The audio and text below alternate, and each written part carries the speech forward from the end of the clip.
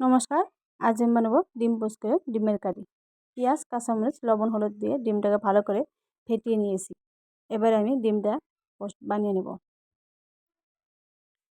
পেঁয়াজ, রসুন, আদা, কাঁচামরিচ, শুকনো মরিচ, জিরে দিয়ে ভালো করে পেস্ট বানিয়ে নেব। পেঁয়াজ নিয়ে কেটে ধুয়ে রেখেছি। এবারে ফোড়ন দিয়ে দেবো। ফোড়ন দিলাম জিরে, তেজপাতা, গোটা গরম মশলা। আগে থেকে পেস্ট করে রাখা মশলাটাও দিয়ে দিলাম। লবণ, হলুদ দিয়ে ভালো করে কিছুক্ষণ কষিয়ে নেব।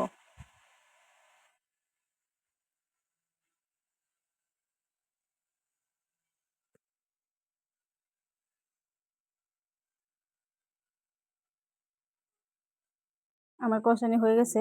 এবার দিয়ে দেবো পেঁয়াজ দিয়ে আবার কিছুক্ষণ কষিয়ে নেব। সামান্য পরিমাণে জল দিয়ে দিলাম।